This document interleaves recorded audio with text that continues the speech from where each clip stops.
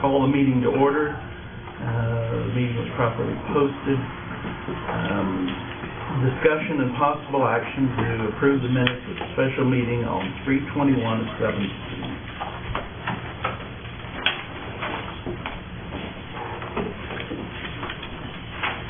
Move to approve. A motion. Second. Any discussion? All those in favor? Aye.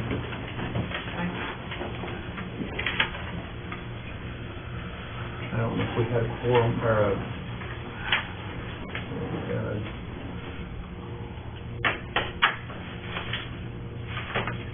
Aye. Okay. All right, thanks. All right. Item number 3. Actually, I'd like to, if we could, maybe talk about item number 4 first, before we talk about item number 3. Wish Brandon was here. I do too. Discussion and possible action to make recommendation to the Oklahoma County Budget Board to change all non-exempt law enforcement employees to hourly from salary. We've had discussion regarding comp time and the challenges we have on comp time regarding non-exempt law enforcement personnel, which include the deputies as well as the detention officers that are classified under the 7K exemption, where they work, where they can be scheduled. They work on a 28-day schedule. It can be scheduled up to 171 hours before comp time. And there has been some research done regarding the possibility of moving away from salaried for law enforcement into hourly, move them from salaried to hourly so that they can be compensated for all hours up to 171 before comp time actually kicks in. What's the advantage of doing that? I think it makes it clarifies or makes the calculation of comp time a little easier for employees to understand. It compensates them for all hours worked up to 171. I think generally they're scheduled 168, and whether they work 168 or they work 171, the compensation is the same. So currently, there's some employees that might work 171, and some employees that might work 168, and the ones that work 171 are compensated for those 3 additional hours.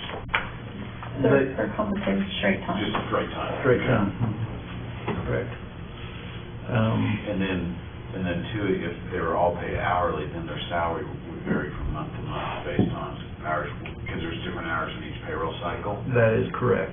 But at the end of 12 months, would their salary equal what they're being paid now, or would it fluctuate? It probably would be fairly close to what they're being paid now, although they might actually make a little more than they've made in the past, depending on the number of hours they work.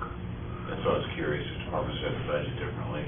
Because one payroll cycle might have 182 hours in it, and one might have 168. At the end. But if when you're looking at a 28-day cycle, it's not going to vary For the OT.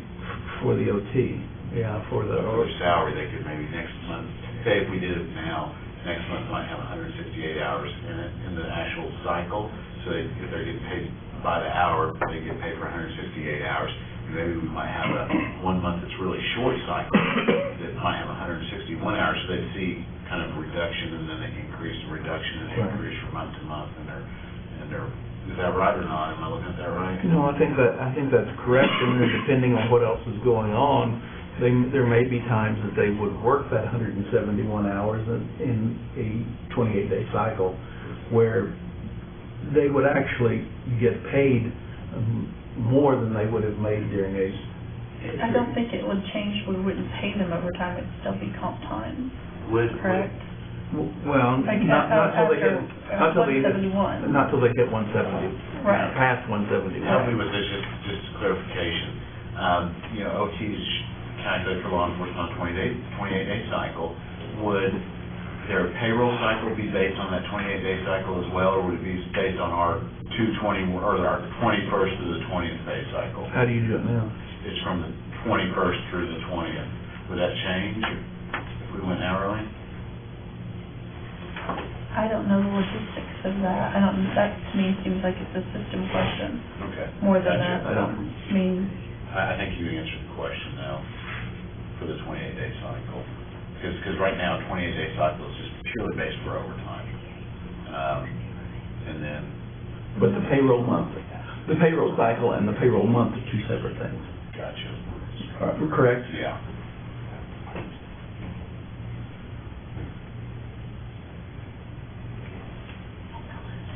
Dan, can I ask you a question real quick? Sure. I think you had asked what the budget difference was going to be, and I think there's two components there. First is the number of hours in the pay cycle.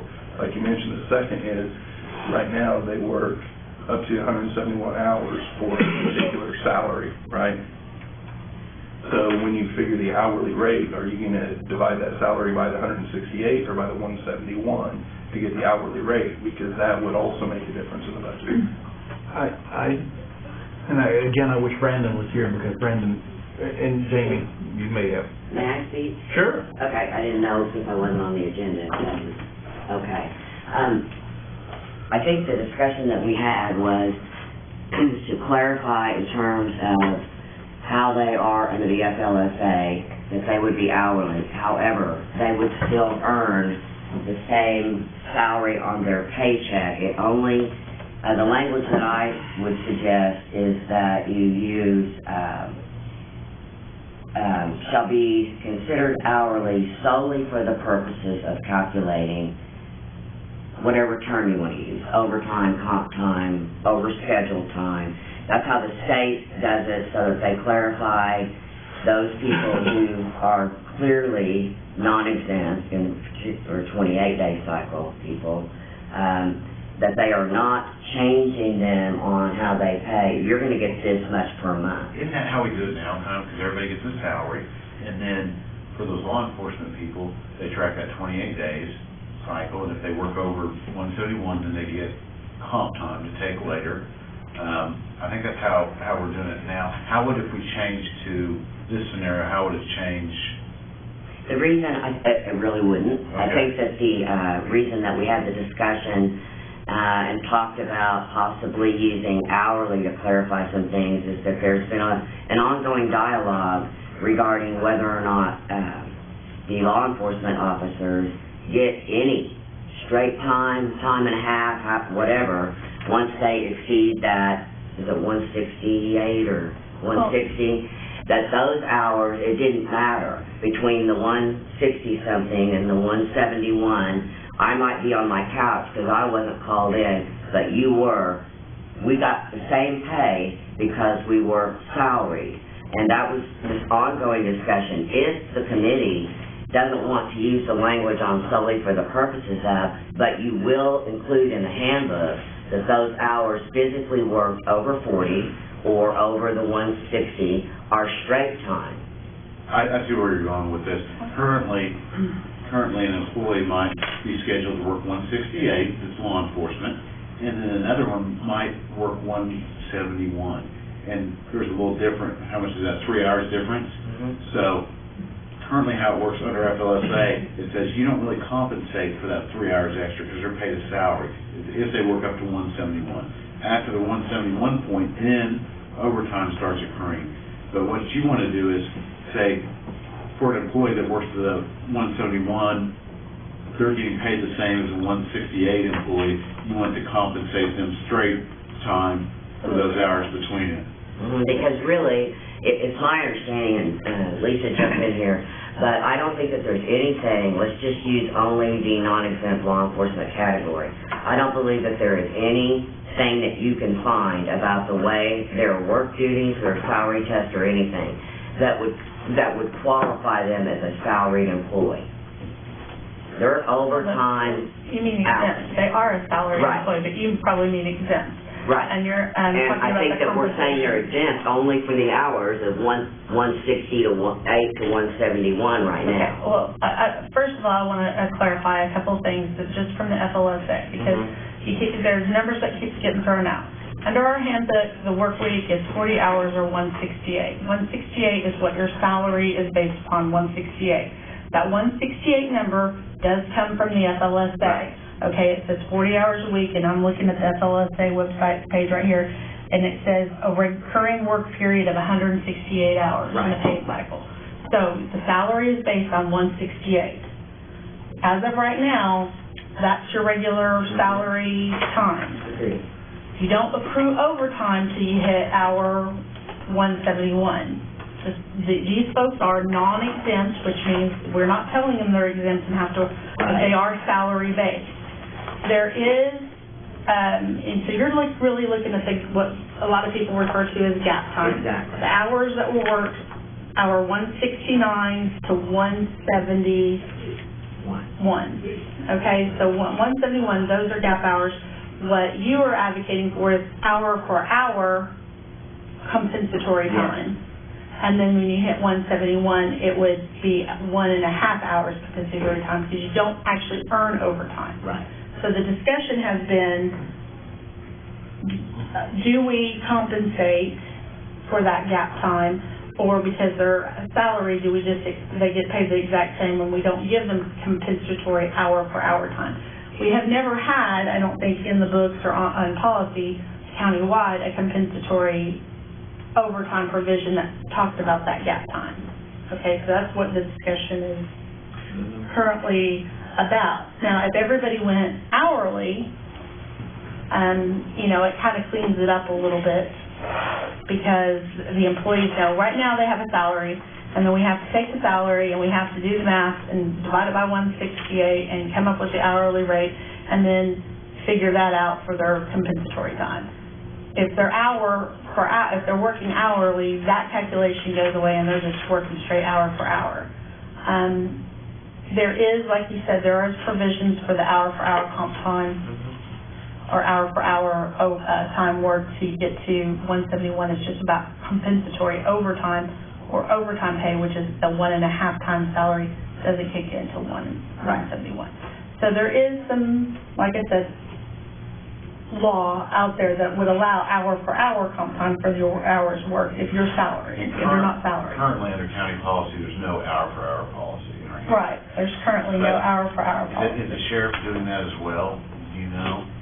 He's not here today, and I don't know. I know that he thought it would make it cleaner accounting to do Brandon hour Holmes for hour. helped us develop the suggestions, and I can provide them to the committee for you to consider next time, since they're not on the agenda. But the way that I understand from talking to Brandon is that is exactly the way they interpret what they need to be doing, how you just articulated, the hour for hour, no such thing gap time, but that they have not been doing it, but they've been tracking it because they think that at some point it could be challenged and they want to know what their liability is.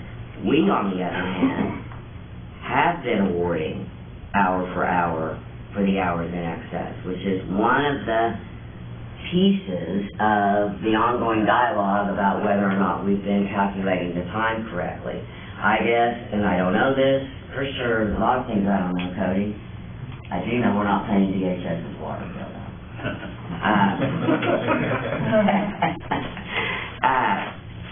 I do know that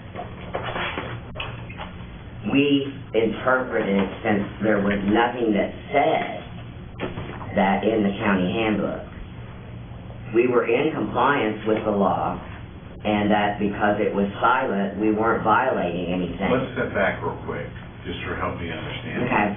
Under FLSA, are we required to compensate anybody for that gap time?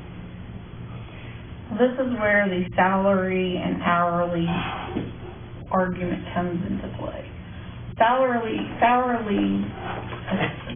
pay is typically no. That answer would be no. On an hourly rate basis, the answer would be yes.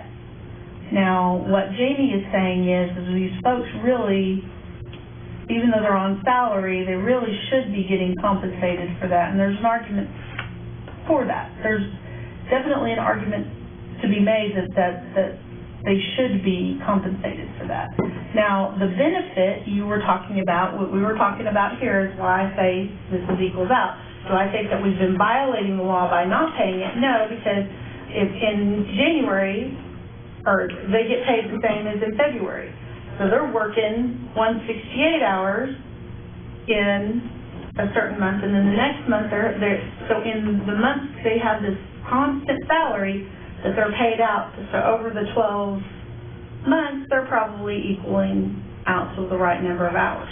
If you go straight hourly, like I said, you have that fluctuation. Some months have less days in the month, so they're gonna, if they're working hourly, they're gonna be paid, get less hours, and therefore, when you're looking at the salary, it's probably equaling out for those hour-per-hour comp times. But then again, I don't know what you guys are doing over there. You know, obviously the goal to avoid all of these discussions about hour for hour and compensatory overtime is make sure people work 168 and don't work over at 168 unless it's absolutely 100% necessary. If there's any way to avoid it, then that's what you do. We don't want people working overtime. We don't want to be paying hour for hour or compensatory overtime. Can I ask a stupid question? Because I'm the king of those. Why if FLSA is 171 for law enforcement, do we have it at 168? Somebody educate me. No, the regular work week for a salaried work week is 168. For overtime compensatory time, it's 171. And it's an exemption. Yes, there is an exemption. It's called the K7 exemption that says that law enforcement can work longer before they're entitled to 1.5 hour overtime. And it's specifically geared to law enforcement first responders. Don't know why. And for fire, it's even higher. Yeah, don't know why. It's just the way that they have written the law and have singled out this particular type of classification of employees, saying you're not required to pay 1.5 hours of overtime until they hit hour 171. So just real quick, for the same type of employee, a detention employee at the jail, they're working 171, getting paid their normal salary up to 171, and then after 171, they start getting an hour and a half comp time. So the juvenile, once they hit 169 through 171, they're getting hour for hour. Right. Okay. But both are legal, is that right? Well, I mean, I think that it could be, like they said, there's a grayer area about the legality of it. Let's put it this way, there's nothing in the law that specifically says if you're paid salary, you have to be paid, and you're a government employee, that you have to be paid for that gap period, hour for hour compensatory time. In fact, there is no provision under the FLSA because compensatory time is only allowed for government agencies. Everybody else is, private workforce, you have to pay wages. Government is the only one that can pay compensatory overtime, and there's nothing in the FLSA that says compensatory, hour for hour overtime. There's no provision. This is completely a blank area. So either it's compensated, either people are compensating for this, or they're not doing anything until they hit hour 171. If we truly made everybody in that classification hourly, paid them hourly, then we'd pay them based on hours worked. Right, and it would be hour for hour comp time. It would be hour for hour until you hit 171, basically. And there would be no comp time accrued, hour for hour comp time or any other. Right, there would be no hour for hour. Until you hit 171. Right. They would be paid solely for hours. What I'd like to see too, and maybe next meeting, is an Excel spreadsheet and do a comparison of a hour for hour employee with all the 7 hours in each pay period and see what it equals at the end maybe, to see kind of what impact it might have on them in the budget. Well, and once again, that's going to be up to each individual office head to be able to manage their time. I mean, clearly they, when you're on, if you're not going from salary to hourly, there will need to be more monitoring to make sure you don't have somebody that's, you know, Because currently, this is. to be able to manage your budget. Probably this has caused the biggest issue because, we set up a payroll system based on the handbook and there's no hour for hour comp time, so comp time's going into the time and a half bucket now. So that's probably one of the things we need to resolve with the new handbook. Well, and like I said, if that is something that you want to do, and you want to keep it salary, and you want to comp for that hour for hour, you know, and to do it for compensatory time, because like I said, my only hiccup with this is the compensatory time, is that there's no such thing under the FLSA for hour compensatory time. I only have a law that says you pay overtime and you can do compensatory overtime after hour 171. So I don't even know if we should be doing it with time or pay. Well, Which if we're supposed to be doing it for pay, that kind of puts you more in the category of you should go hourly because it doesn't really mix with our salary. I would recommend that, say you all consider contacting people at the state and the Office of Human Resource Capital Management, whatever they're called now, because they have been doing this and they have thousands of employees that fall into these categories. And this is how they have done it for years, and you can read their current rules. How they do it at the State Department of Corrections. Right. But Transportation, at Highway Patrol. So I guess I'm just curious as to why the state would voluntarily, for years, compensate this straight time when they never had to and they could win any challenge. Part of that, I believe, is that you want to err. If you're going to err, you want to err on the safe side. You don't want to go to court and have a class lawsuit and pay 3 years back time for something that now, over 2 weeks in a jury trial, they've decided, well, you call them salary and they weren't, and the hourly, and it gets all discombobulated. And I'm not disagreeing with you on what you can actually read, but having been down that road some, I just feel that there are many reasons probably why the state has elected to do that, and it's not to pay out more than they have to. And having been a state's attorney, I will tell you that the old adage of we've always done it this way doesn't mean it's right. Exactly. And it has come back in, we've done it for 20 years, we've done it for 30 years, I get that. I'm just saying, from where I'm at, it seems to make more sense to me. It would be a safer move to do the hourly for these folks, because then it would be clean and it would fall within the category, and I wouldn't be, because here's the other thing too, I don't want to come back, you said the state's always done it where they've compensated compensatory time hour for hour. My concern is if we are talking about this gap period and they are entitled to be paid, like you said, as a non-exempt hourly person, under FLSA, I only get compensatory time if after hour 171. Maybe I should be paying them straight time. Maybe I should be paying them, compensating them money. That would be, to me, way worse. Do you see what I'm saying? Because, we've been giving you time. Well, time's great, but there's not FLSA does not provide for compensatory overtime for hour, because there's no such thing under the FLSA. It only starts at our ability to pay and just giving people time off is strictly for overtime. There's no, so I think that the state may be onto something, but I also think that that's still not even a safe category to fall into. Because I think, as a lawyer, I would challenge, if I were an employee on the other side, I would challenge, if I'm working hours 69 through 71, I should be getting paid that.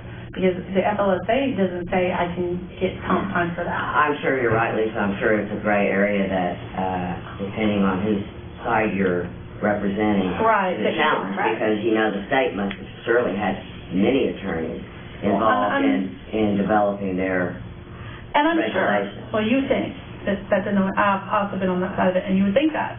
That's one thing. Don't always think that. Here's a more overarching question for me. Whatever ultimately ends up is done, are people going to abide by it and follow it anyway? Because we seem to have groups that don't follow the handbook anyway, and they do what they want, so. I think that, I mean, obviously, this is the whole point of the payroll. I mean, I would think that there'd be a great benefit for accounting purposes. Hour for hour, to use hour for hour. I mean, it's clean. And what Brandon mentioned previously is that when you check with all law enforcement around the metro and levels, they're all hourly. How do you schedule your detention officers now? You want to speak to that? They are on, typically scheduled for 5/8 with the knowledge that they're staying 15 minutes over each time. So 8.25, 5 days a week. And then in the 28-day cycle, that's, But you're calculating on weekly, aren't you, still? Not on the 28-day cycle? we have not officially moved to the 20-day cycle, back to the 20-day cycle yet. So are you paying them an hour and a quarter comp time a week? What we've been. Are you on the 28-day, 171 hour cycle for your detention officers? We have not gone back to that one. So you're currently on a 7-day, 40-hour week, and are you compensating them for 41 and a half hours? They're, what we've said is the salary covers the 40 hours, then the hour for hour up to 43, and then 43 is when. Yeah, and see, that's not, You can't do not it. even. Not on a 171 cycle. We're not even, you're not, you guys, and that one, it would be 1.25 of straight time if they didn't work anything else, it would be 1.25 straight time if you were on. If you were on a 43-day pay cycle, but we're not. 28 days. Yeah, but I mean, they're talking about a 7-day, and under the K exemption, a 7-day is up to 43 hours before you receive overtime. Yes. Okay. So, and that would be 1.5 times. So they're looking at 1.25 straight time every week, how they're doing it currently. But we got to move away from the weekly to a month, and I know that that's more difficult for you guys. No, we're going to do it. To a monthly schedule, but we got to move that direction because that's how we keep it fair. No, we're moving, yeah. And how long ago was that opinion? I don't know when it came out, at least 3 weeks ago, maybe, about 3 weeks ago, 4 weeks ago. I don't know, it's been a little bit, but not. So their opinion basically told you guys to get on the law enforcement cycle, correct? But you haven't gotten there yet? No. Why? We have a lot of issues around our time keeping, trying to get people trained to be able to enter it on Tyler units and get off these double systems. And I am trying to figure out exactly what we have been doing and how we can do it correctly. So we're going to get on it, Joe, and we're going to get on the Tyler units time system. But I can't just jump in without finding out exactly what we've been doing correctly and Somebody knew what was incorrectly. going on in order to formulate the questions that the DA's office answered, correct? I'm Was sorry, that what? baffled? I'm sorry, what?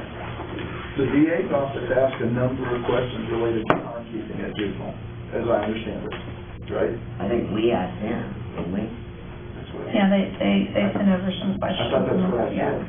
Or you said it the other opposite, we asked them, they asked us the questions. Okay. Okay. Who, was that Staffel that formulated those questions? And I believe that was like back in the summer.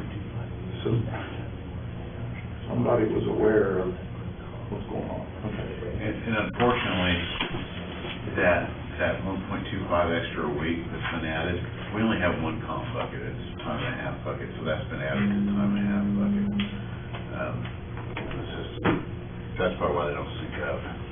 And as far as inputting it into Munis though, I thought you guys were on a system similar, different, but similar to the Kronos the sheriff was No, on. none. That, it was the Nova, that would then, that you guys send that information over and it goes into. It's all it is, all Nova is just, is right now, from my understanding, you guys can correct me, is they get time slips when people are off, and they pre-populate everybody's schedule. Nova, one person does for the juvenile bureau, and then when they get these paper stuff in, they go and change their time. One person does. And then they send over a time file. So like, everybody's pre-populated unless they get a piece of paper from the supervisors and would take vacation or work extra or something like that. That's how that works. It's just But that's on you guys as in getting everything into Munis and all of that, correct? yeah, we just get like a file and we just. Yeah, so that's you said getting it into Munis and getting all that figured out. You guys are still on the same system that you've been on for quite a while, Yes, but correct? what I'm looking at transitioning. I'm not there yet, but we have had one meeting and we're gonna have some more to talk about whether or not there are advantages. We don't have our employees not entering their own time. And like you said, we have one person. That was one of the weaknesses that I was made aware of in January from a state auditor in terms of the backup documentation, who's verifying this time. With one person with timesheets all over their desk. I know this is off subject, but a time clock system would solve all that. I mean, Right. because then employees are clocking in, supervisors verify, it goes in. Because right now, employees never see their time, they never get to verify anything. But, I mean, we can work together to get there, but, Yeah, that was a point of Kronos at one time, but we never got there. yeah. Well, like I said, I think that there's definitely validity to the hour-for-hour straight issue that you were dealing with, the suggestion to going to hourly with some of these issues, both even at the sheriff's office with their concerns. They seem to think, and in law enforcement, they're used to it. Like, people who work in law enforcement or corrections are used to hour-for-hour compensation, and I think it's pretty standard, and a lot of unions actually, FOPs prefer it. So it just seems like it's what the community folks are used to, and for accounting purposes, I think it would solve this hour-for-hour debate. Possibly. Mm-hmm. Though the whole comp time thing is a hybrid animal, and it's specifically designed and geared towards helping governments meet budgetary requirements. Right. So there's specific guidelines to meet in that exception to be able to qualify for comp time. Otherwise, we wouldn't even be able to offer comp time. You'd have to actually pay the overtime. So if you go hour for hour, it may be that you're going to have to pay every single hour up to 171 monetarily, not in a time offsetting. True. So there's still that has to be considered. Right. And that, like I said, that is the monetary difference. That's the monetary issue that we're talking about. But like I said, just setting up the system, and if we went with the state system, like the state system does, because Jamie's right, that is how the state does it.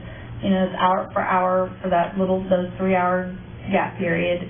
It's hour for hour compensatory time. And then after the 171, it's 1.5 hours compensatory time earned. Yeah, but and I just, even the pot where they say that you can earn up to 480 hours or 250, like if I'm putting hour for hour comp time in that pot, do you see? I don't know that it fits. So I still think that there's a risk there. If you pay it or you don't pay it, I still think that there's the government's giving you the exceptions, and to me, what this sounds like is you are creating another exception and trying to utilize that when that's never been created. We are kind of hybriding this hour for hour compensatory time when there is no such thing as And the purpose of the FLSA is to protect the employee, and they give an exception to protect government employers in a comp time setting. Right, and But now- trying to create something else to also help a government entity that Right. has not been set up, then you're not protecting the employee the way FLSA is No, designed I think that, like I said, I think that's a gray area to say that compensatory time exists as an hour-for-hour category. It would seem to me, An hour-for-hour comp time, like for the straight time. it would seem to me for a simplistic approach, clean approach to dealing with this that people would understand is you move to an hourly rate, you put your law enforcement on the 28-day, 171-hour cycle and compensate them hour for hour monetarily for everything worked up to 171 hours, and then comp time kicks in after 171 hours. Hours worked. Hours worked. So if I take 8 hours vacation, I'm getting my vacation pay in my check, plus I'm getting the additional 8 hours that I worked to get to the 171. Yeah, it would get that as straight time. Yes. Yeah, you're not gonna lose your, Correct. Right. but that also cleans that part of it up too. Hourly cleans that part of it up too, But it, because you're getting but it compensated for what also you actually work. it also creates that issue of budgetarily, now you're trying to, okay, You gotta really monitor. you got That's it. on management. Right, it's a management issue at that point to make sure that you, like I said, the ultimate goal is kind of like your income taxes. The ultimate goal is to zero out at the end of the year. It's not to owe, and it's not to get a big refund back. It's to be at that zero level. Same thing with when you're scheduling your employees to work. The goal is to hit 168 every month for the employee and be done, and not to work them overtime unless it's absolutely necessary. And you know, that's a staffing thing, and of course, we know how it is out at juvenile, you know, with the staffing turnaround, but we just gotta be more proactive at getting maybe our levels, maybe getting not just to staff, but, you know, anticipating whatever our percentage of our turnover rate is so that we can predict our classes and our class size needs to make sure we don't have these overtime issues come up.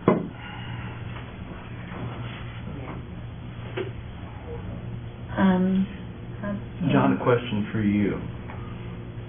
What would it take from a payroll standpoint to implement, if this recommendation were approved by this committee and sent to the budget board for their approval? What would it take for payroll to implement? Right now, we have several different pay codes for full-time employees, for law enforcement, for regular employees. We would just create a new pay code that would be based on hourly, and straight, kind of like a part-time pay code. Would pay them based on hours worked, not based on a salary. And then we could have a limit of hours that could be entered into that pay code. So it'd be relatively simple, but we just have to create a new pay code going forward and put those employees in that pay code. How would it have any effect on calculation of benefits or accruals? Well, currently, no, it wouldn't, because, well, it would for law enforcement, because they can work above, let me think about that.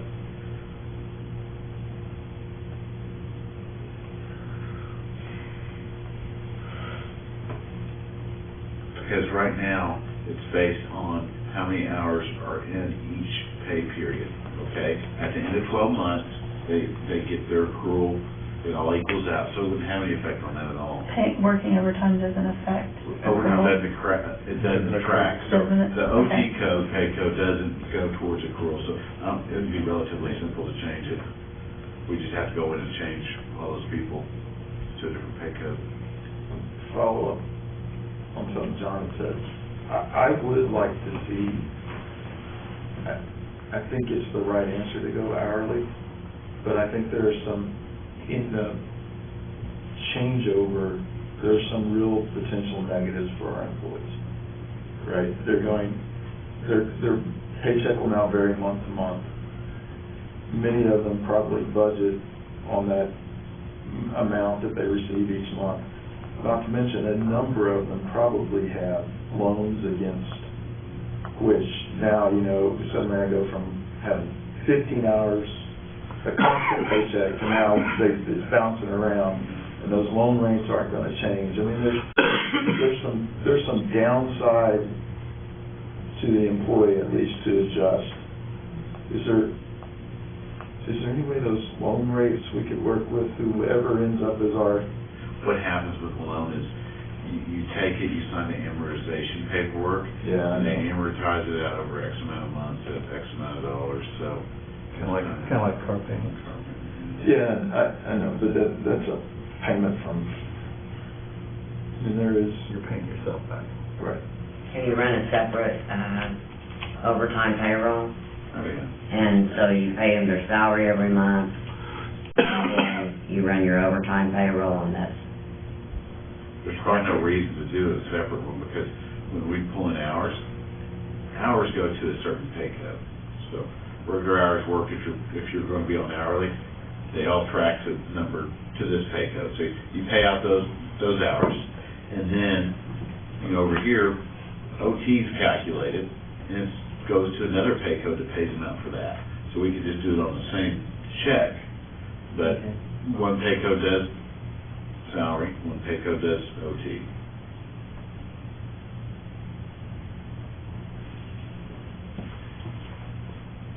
Can I ask a stupid question? Because I'm sure that you've already contemplated this, and I'm sure it's something that we already have to do anyway, but on the 28-day cycle, you've got the limitation on the number of hours for a 28-day cycle, and our pay period is not on a 28-day cycle. So what kind of issues are we going to potentially see by moving that? How we do it now is, we don't track law enforcement hours, okay? The sheriff has in Kronos, they track everybody on a 28-day cycle purely for comp time, okay? So at the end of each 28-day cycle, they spit out a number that they worked over that, they send them over, and we include that in payroll under comp time. So that 28-day cycle is separate from the payroll cycle. So the payroll cycle runs from the 21st through the 20th. So we pay them regular salary based on that, on the 21st through the 20th. And then there's a separate cycle that they're tracking, the 28-day cycle. And it's just an adjustment that you make in the Munis system for their comp. So they just have hours to go. They say, hey payroll, for Joe Smith, for our most recent 28-day cycle, here's his hours to go into his comp bucket that we track, that they track. Does that make sense? Does that make sense? and then you all put it in? Yeah, we just zip up their file with whatever. Yeah, because every hour is associated with the pay code, so OT is associated with the pay code, so they just send us over the amount of hours. Does that make, for the 28-day cycle. So they have a query built within Kronos that pulls that number out. So they're tracking employees two different ways. One by the 28-day cycle and how much hours they work, and then the separate one is affected by the pay period. Is there a way that Munis could do all of that? It's not a timekeeping. If we had the executive time, we could. Which is a part of Munis that is a timekeeper. And we didn't buy that, did we? We did not. We didn't, huh? We did not. We bought everything else. I know. But for law enforcement, you need something, because Kronos, they set it up to track it. I don't know how juvenile does, I guess you guys do it in Nova time, but for the 28-day cycle, you'd have all your employees that capture those hours from the 28-day cycle, and then you have it over here where it would capture everybody in the payroll cycle. I was just gonna, I just found it on the FLSA, that hour for hour compensatory time, that says you may compensate for other hours, but if it doesn't, if it's not actually FLSA, the hour for hour compensatory time only applies to overtime under the FLSA. So they would have to be paid straight Right, yeah, it's not a great time. area. It's not a great. Right. So we'll repeat that as well. Okay, when we were talking about what the state does with hours, 69 to 171. Okay. They were using that, they were calling that straight time, and giving them hour for hour compensatory time. Okay. Under this, they say the FLA is the exemption that allows employers to pay compensatory time for overtime. It only starts at hour 171. Those other hours would have to be paid straight salary, straight, like pay, regular pay. If we were doing hour by hour. Yes. And that's where the distinction is, why I keep saying that falls into the salary requirement, because we're salaried, and the benefit the employee gets is this constant set salary regardless of the number of days. Which or going back to hours. what John said and kind of what Joe said, this may be a good idea, but John had mentioned earlier about getting a report that shows what the additional amount of money and exposure the county's going to have. Might be a good Because you idea. can talk about it at jail, 400 detention officers. If you add up times 3 hours maybe, times 4, that's 1,200 hours right there. In a pay cycle, 1,200 hours times, And you guys are working 3 shifts, and they're working 2 shifts over there. I mean, so you've got 3 shifts at 8, and they've got 2 shifts at 12, something like that.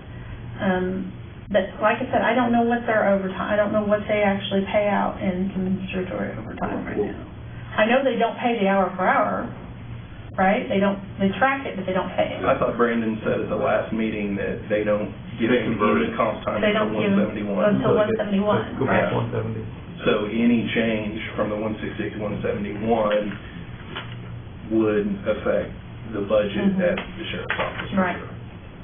Maybe not you guys, it's because you guys have been paying, but Well, we haven't, on theirs. we haven't been paying unless they leave, because we've been treating it as comp. I mean, we don't write. But you guys, we did a big comp time payout here Right. a few months ago, so some In companies. July, you're right.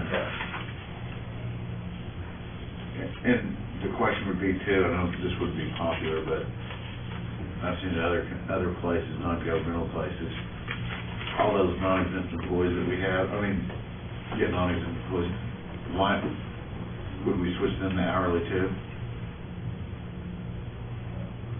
It'll probably be unpopular, but that's what other people do with non-exempt people, because then you're just being paid straight on the hours you work.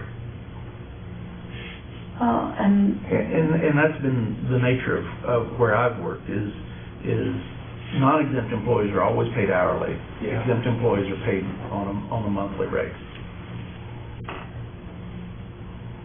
there's nothing that prohibits, there's nothing in the law that requires them to be salary versus hourly, at least as far as county employees go. Okay. Like, there's no scheme that says, now, the only thing that the statutes really talk to is pay period, and right now, county can pay either once a month or bi-monthly, depending, but like, whether it's salary or hourly is not governed by any statutes, but there's a requirement to do that.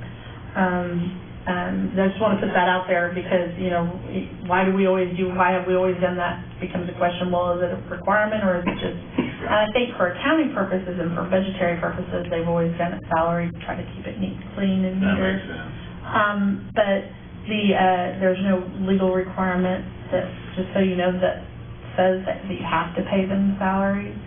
If you did the hour for hour on all non-exempt employees, then the situation that you guys have been discussing about, you work Monday through Thursday 8 hours, you take vacation on Friday 8 hours, and then you're called in on Saturday and you work 8 hours. You've not worked over 40 hours to get overtime, But So you'd it's be just paid. straight. but if you were It'd be hourly, straight. then it would Be all straight. be straight pay, and then you would also get your vacation pay as well. So Right. it might solve that problem as well. Right, I mean, and the problem that was also mentioned, like, when you have the employees that that are full-time but working 30 hours, for those employees that want to be 30-hour, it would be a lot easier to track and monitor, I think, because with regard to timesheets, because you will be able to see they are averaging out 30 hours over the course of a year to be able to qualify for benefits. Because I know that there has been issues with that in other divisions as well, where people, they went to this 30-hour work schedule, but they're not really averaging 30 hours worked. And over what time? Worked, you know, because they also have time off, you know, also have time off too, so, they're not averaging 30 hours worked over the course of a year. Are they entitled to benefits? I think you would have a lot easier way of documenting it and showing an employee when they're in the risk zone, you know, hey, you might watch your hours, you don't want to, if you want to keep your benefits, you need to make sure you're getting those 30 hours in. How about this? I move to defer item 4 to the next agenda. Okay. Can you, before that, can you develop that spreadsheet you were talking about? Yeah, Can you give us an idea? I'll make a motion for the clerk's office to develop a spreadsheet that reflects hourly versus salary over a 12-month period and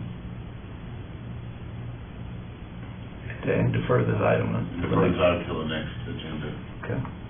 I'll second. Okay, we have a motion and a second. Any further discussion? All those in favor? Aye. Opposed? No.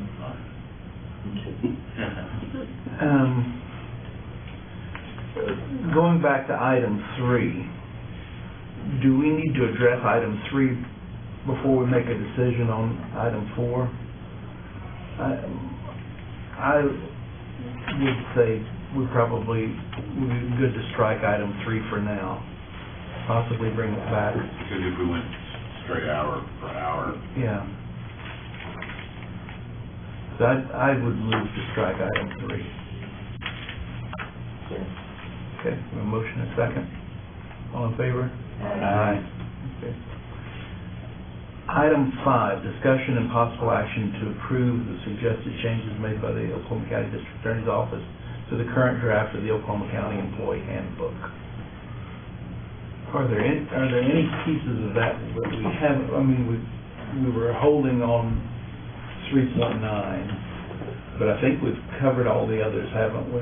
we have, so we're still, since we struck item 9 to come back to the hourly, to rediscuss that, evaluate it next time, then I think we're almost there. 3.9 is the last item. 3.9 is the last item that had any changes that were recommended, and it kind of, 3.9 dramatically changes depending on the outcome of hourly versus salary. Okay. Necessity for a lot of it. Is there a motion on item? So there's a question then, and I don't know if this is appropriate to ask them, if, as the way we do business now, if we went ahead and approved 3 to 9, we'd have an approved handbook to submit and go forward, and then we could meet again but I hate to amend it, right? So I guess, go ahead.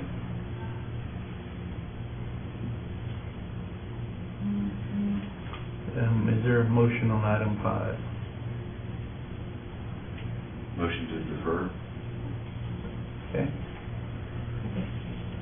Motion and second. All those in favor say aye. Aye.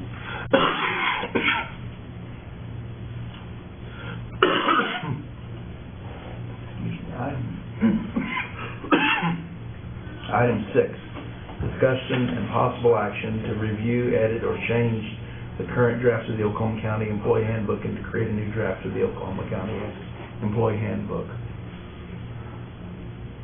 We've gone through and made some some additional edits. I have, I think, 2 more that I would like to propose. On page 18 of the current handbook, under the section 2.11, county vehicles, item number 6, while driving Oklahoma County vehicles, drivers are not to eat, smoke, or use cell phones. Law enforcement exempted. Tobacco use is not allowed in Oklahoma County vehicles. I would like to include the language of tobacco or the use of vaping or similar devices is not allowed in Oklahoma County vehicles. Which kind of further, because we're changing the smoking policy to include vaping or electronic cigarette type.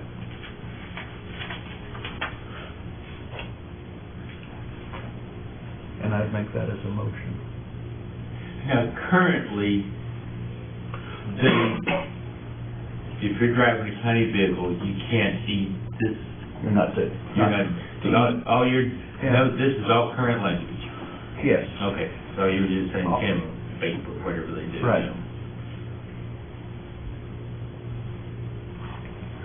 I've made the motion. Just a second.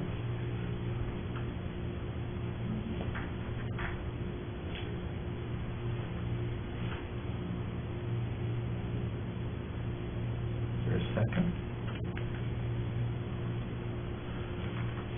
I'll second you, Dan. All right. Give me a second. Thank you. All right, we have a motion and a second. Any discussion? All those in favor? Aye.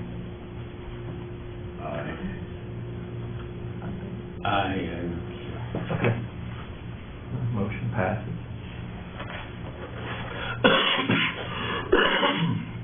The other one that I have is on page 70,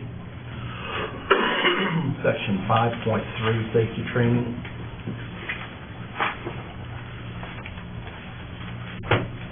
Item number 5, workplace hazardous communication orientation, and it says right to know in parentheses.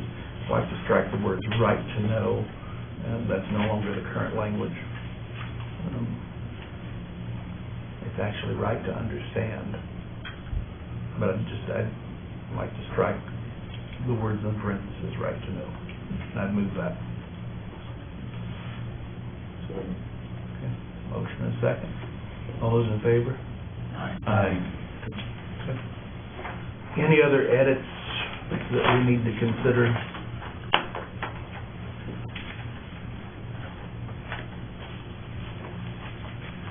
May I ask a question about current language? And I know we discussed it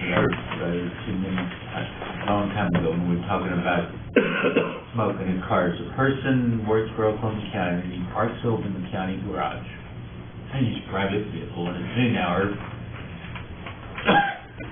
they go out and smoke in their car or vape in their car. Did we address, how are we handling that currently? I don't know that we are. I think... So we haven't, okay, that, you don't think we are, and you don't think we've added, it hasn't, that has been, I know, okay. Good.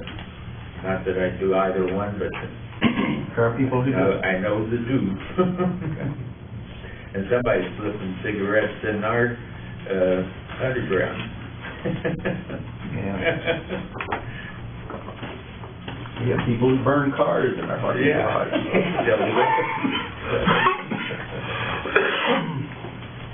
Any other items under, or any other edits under item number 6?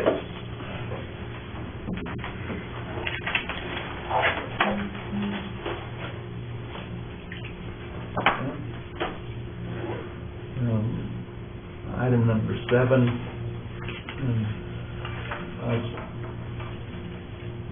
I'd move to strike that item. I don't think we're ready to submit a final draft yet. Second. Okay, motion and second, all those in favor? Aye. Item 8, any new business? Item 9, citizen participation. Item 10, board comments. Mark? None. Don? No. 3. Item number 11, adjournment.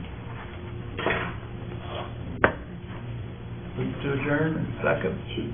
I'm sorry, before we do that, we set a date, or we don't have regular scheduled meetings anymore, do we?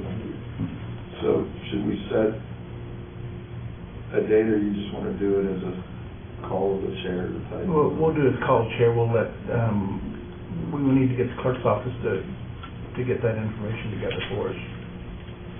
And hopefully within the next week or so, we will try and get you back together. What do you guys look, Pardon? what do you think?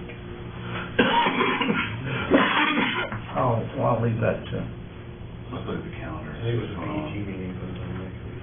okay. I would say it'd be the end of the week at the, well, we're all Friday next week. Yeah, Good Friday, Yeah. Even two doesn't matter. room-wise.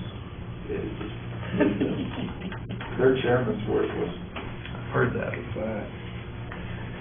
All right. Stupid question. All right. You got it from his office. You notice the stupid questions came. It's a theme of ours. We're gonna have t-shirts made. Maybe we'll make stupid easy. We have a motion and second to adjourn. All those in favor? Aye. Thank you.